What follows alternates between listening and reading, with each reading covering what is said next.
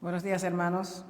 La escritura de hoy está en Mateo, capítulo 1, versículo 1, versículos 16 y 17. Lucas, capítulo 3, versículo 23, 37 y 38. Libro de la genealogía de Jesucristo, hijo de David, hijo de Abraham y Jacob. Engendró a José, marido de María, de la cual nació Jesús, llamado el Cristo. De manera que todas las generaciones desde Abraham hasta David son 14. Desde David hasta la deportación a Babilonia, 14. Y desde la deportación a Babilonia hasta Cristo, 14. Mateo 1, versículo 1, 16 y 17. Dice, Jesús mismo, al comenzar su ministerio, era como de 30 años, hijo, según se creía, de José, hijo de Elí, hijo de Matusalén, hijo de Enoc, hijo de Jared, hijo de Mahalaleel, hijo de Cainán, hijo de Enos, hijo de Set, hijo de Adán, hijo de Dios. Lucas 3, 23, 37 al 38. Palabra del Señor.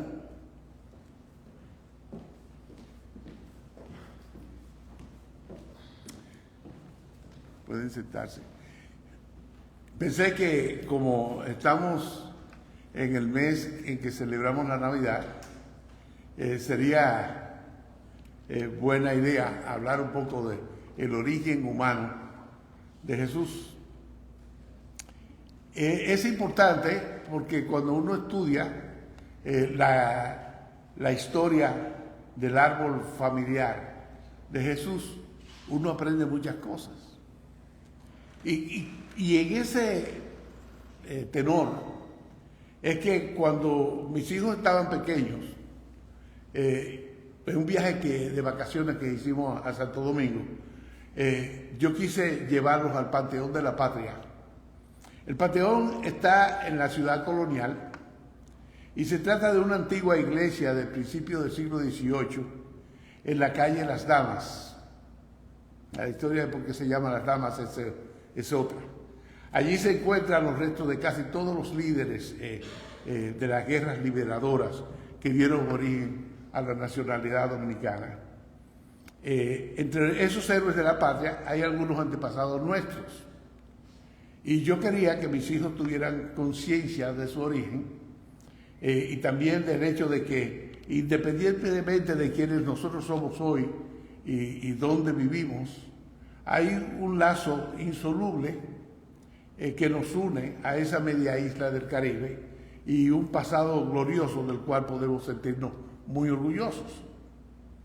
Era para mí de igual importancia que mis hijos comprendieran que nosotros no podemos coger esa historia de nuestra familia y llevarla a un banco y que nos den dinero por eso. Que no podemos coger esa historia gloriosa y llevarla a algún lugar donde nos den un certificado de honorabilidad. ¿Por qué? Porque la honorabilidad no podemos heredarla.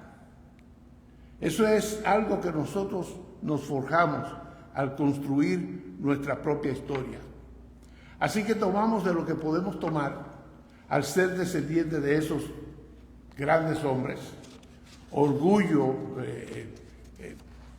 Orgullosos estamos de su patriotismo y de su entrega, sentir orgullo por su valentía, agradecimiento de que le damos un buen nombre.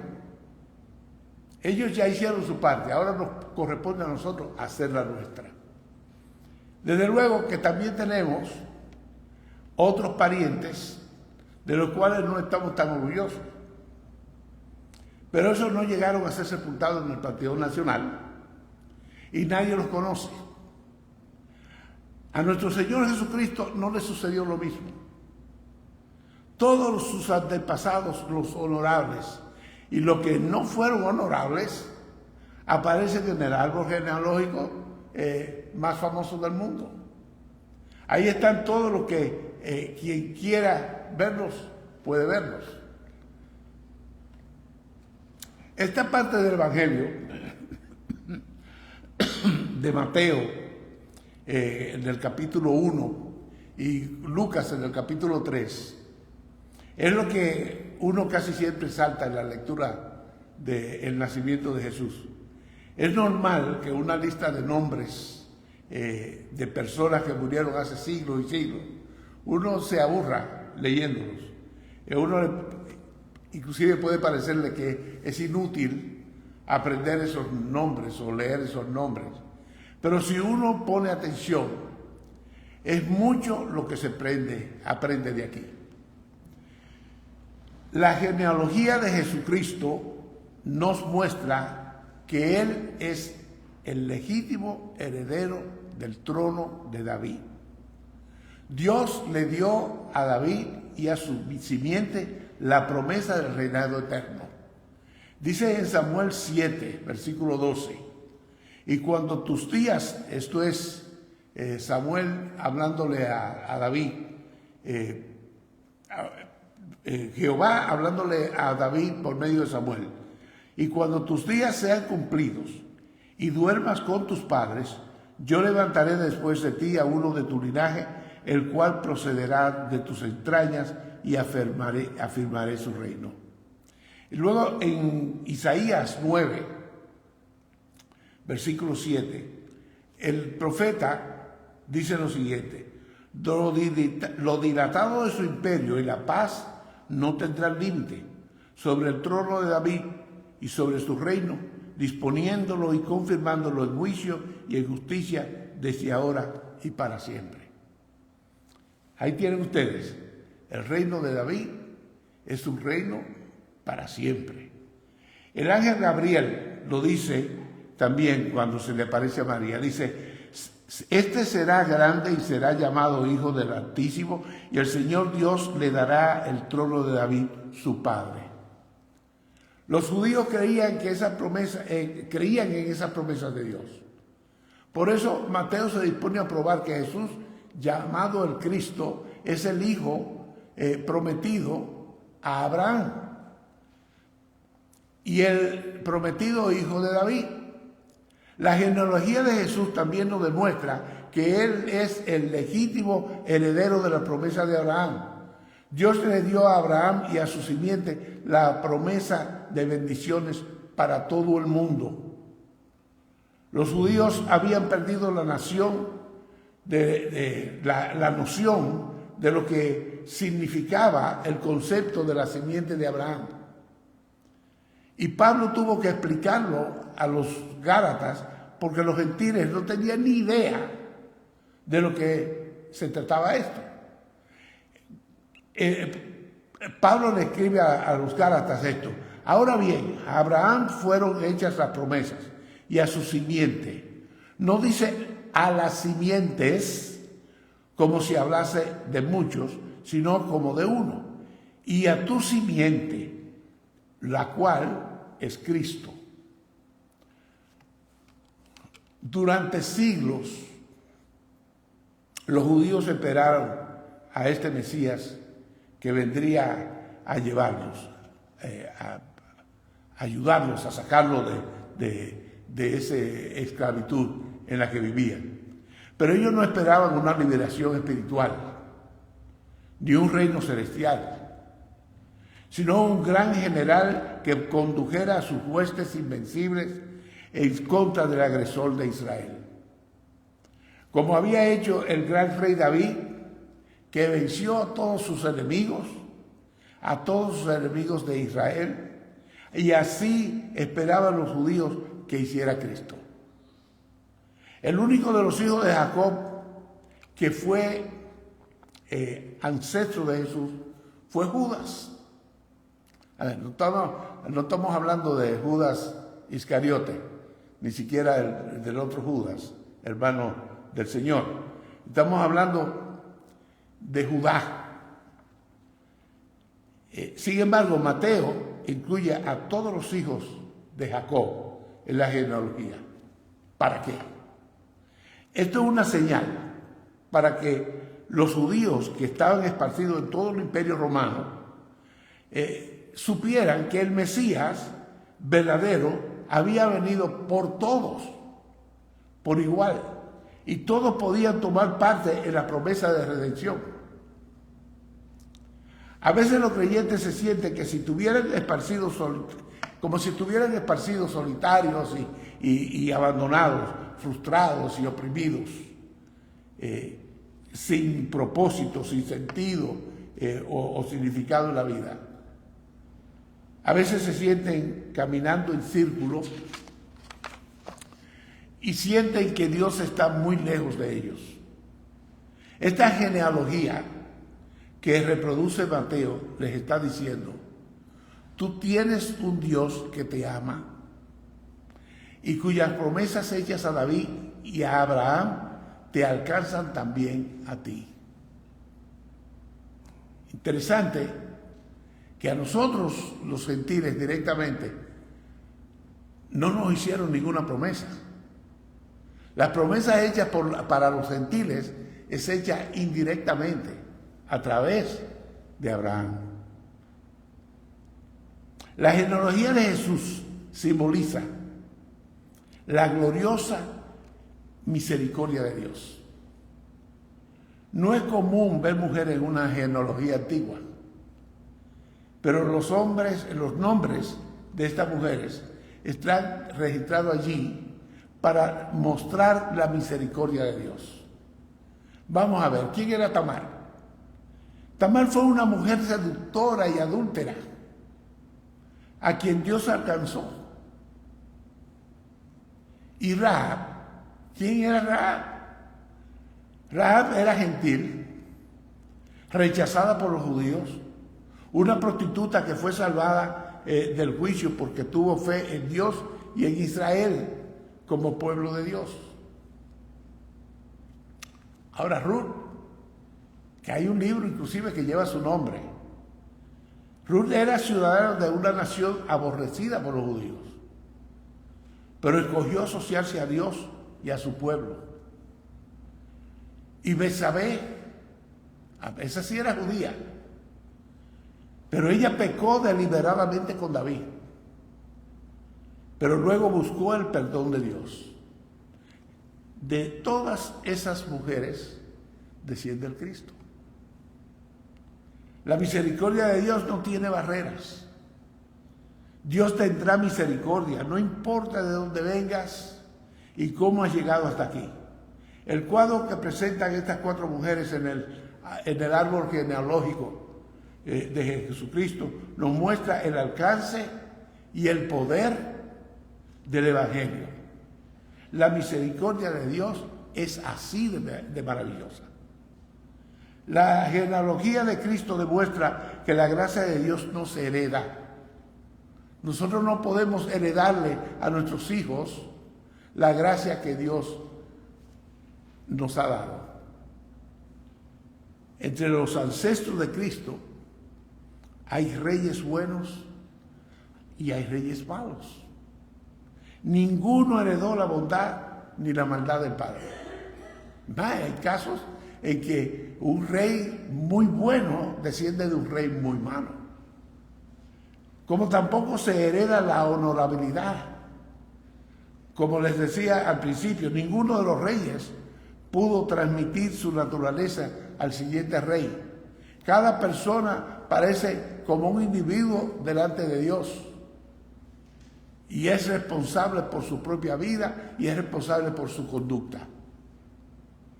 Juan 1, versículos 12 y 13 dice: mas a todos los que le recibieron, a los que creen en su nombre, les dio potestad de ser hechos hijos de Dios, los cuales no son engendrados de sangre, ni de voluntad de carne, ni de voluntad de varón, sino de Dios. Juan 3:16, ¿sabe lo que dice? Que él promete, Jesús le dice a Nicodemo, que promete que porque Dios amó al mundo de una forma tan especial, tan grande, que dio a su Hijo único para que muriera en una cruz por el mundo, para que del mundo, todos aquellos que en Él cree, no que crea, sino que todo aquel que cree y continúa creyendo pueda tener vida eterna. Nosotros podemos, como padres, educar a nuestros hijos y mostrarles un buen camino, pero ellos son finalmente los que van a escoger el rumbo por el cual se irán. Todos tenemos que enfrentar por nosotros mismos la cruz de Cristo, todos. La genealogía de Jesús muestra además el poder de Dios. Ese poder de Dios para mantener sus promesas. El poder de Dios se ve en los acontecimientos particulares. El poder de Dios se manifiesta al librar a su pueblo durante circunstancias terribles como el cautiverio de Babilonia. ¿Por qué el cautiverio de Babilonia? Eso es muy importante. Porque los babilonios tomaban los pueblos cautivos, ellos conquistaban un pueblo, se lo llevaban para Babilonia y lo dispersaban en todo el territorio del imperio. ¿Para qué? Para que perdieran su identidad nacional.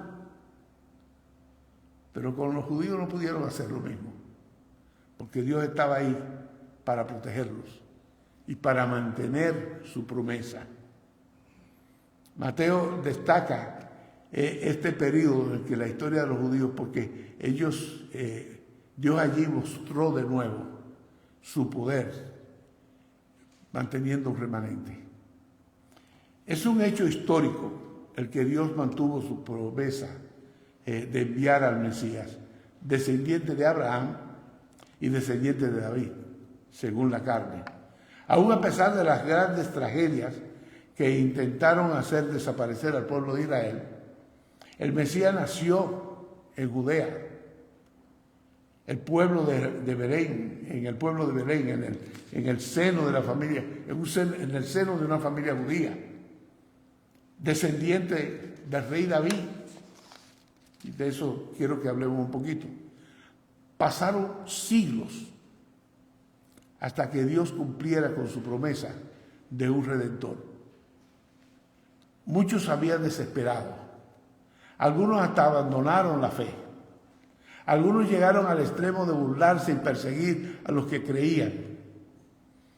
Pero en el cumplimiento del tiempo, Dios envió a su Hijo, como dice Pablo a los Gálatas en Gálatas 4.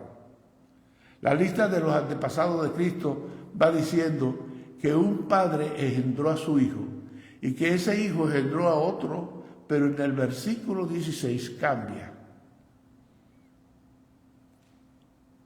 Vamos a ver. Eliud engendró a Eleazar, Eleazar a Matán, Matán a Jacob, y Jacob engendró a José, marido de María, de la cual nació Jesús, llamado el Cristo. Porque a Jesús no lo engendró José, sino que lo engendró el Espíritu Santo. Lo dice en el Salmo 2, versículo 7, dice: Jehová me ha dicho, mi hijo eres tú, yo te engendré hoy. En Mateo 1, 20 dice: José, hijo de David, no temas recibir a María tu mujer, porque lo que en ella es engendrado del Espíritu Santo es. Yo no sé si se dan cuenta ustedes que en la historia del nacimiento de Jesús hay algo muy peculiar, y es una forma, pienso yo, de reivindicar la importancia, la trascendencia del hombre o la mujer que cría una criatura. Porque José no engendró a Jesús. Sin embargo, Jesús hereda el trono de David no por María, que no podía, según la ley, sino por José, quien era su padre adoptivo. Fíjense ustedes la importancia de poner atención a lo que leemos. Yo conozco más de una persona que no fueron criados y educados por sus padres biológicos, pero que fueron criados en un amor muy especial, porque los hijos vienen y sabemos cómo y por qué vienen, pero cuando uno adopta un niño, uno escoge ese niño para uno ser su padre. Y José escogió ser el padre de Jesús. Eso es una lección importante que nosotros aprendamos. La genealogía de Jesucristo simboliza generaciones de historia espiritual. El primer período puede simbolizar el nacimiento de Israel por medio de Abraham dado por Dios y el otorgamiento de dominio por medio de David. El segundo período puede simbolizar a Israel perdiendo su dominio y cayendo en esclavitud como resultado del juicio de Dios sobre el pecado. El tercer período puede simbolizar el triunfo de Israel por medio del Mesías y de su poder liberador. A eso es que se refiere las 3 veces que dice 14 generaciones de tal a tal, 14, y tres periodos de 14 generaciones cada una. Estos periodos históricos pueden también simbolizar la peregrinación de toda persona salva. El hombre nació con el propósito de ser rey. Sin embargo, perdió su derecho a señorear al caer esclavo del pecado y ser juzgado por Dios. Ahora el hombre puede ser liberado y restaurado para cumplir su propósito original por Jesucristo, el Mesías. Recuerden algo, que todos los seres humanos hemos nacido para ser hijos de Dios. No nacemos hijos de Dios hasta creer en el Mesías, en el Cristo. Hasta creer en Él no somos hijos de Dios, somos criaturas. Pero todos, nuestro destino, es decir, lo que Dios tiene dispuesto para nosotros, todos, es que lleguemos a ser parte de su familia. Ahora, ¿llegamos todos a ser parte de la familia de Dios? No, porque el ser humano es testarudo. El ser humano no quiere entender. El ser humano prefiere las cosas inmediatas. Alguien me comentó que me parecía a mí los tantos siglos que han pasado desde que Jesús ascendió y todavía no regresa. Pero los judíos esperaron muchísimo también. Y la promesa que se hizo en el Edén, esa promesa llegó siglos y siglos y siglos y más siglos después. Nosotros no sabemos cuántos siglos faltan para que vuelva Jesús, o si falta algún siglo, o si falta solamente un año, o si falta solamente un mes o una semana, o quizás un día, o quizás una hora. Nosotros no sabemos. Ahora nosotros sí sabemos que Dios cumple sus promesas. En eso no podemos equivocarnos. Dios cumple sus promesas. Y Él prometió, Jesús prometió, que Él vendría a buscar su iglesia y que ese día todos los hijos de Dios estaremos juntos en su presencia. Oremos. Padre amado, bendito Dios, gracias, Señor, porque tu palabra es clara, clara en el sentido de que podemos entender, Señor, la intención de salvarnos. Podemos entender que el propósito que tú tienes para nuestras vidas es un buen propósito, es un propósito bueno, saludable, maravilloso, porque tú quieres, Señor, que vivamos eternamente y que vivamos bien, sin dolores, sin angustias, sin pesares, que vivamos bien, adorándote y disfrutando de tu presencia. Gracias, bendito Dios. Te rogamos por lo que escuchen este mensaje. Te rogamos, Padre, que si alguno tiene alguna pregunta, que se comunique con nosotros, que busque una iglesia donde se predique el Evangelio. Te lo rogamos, Padre, en el nombre de Jesús. Amén.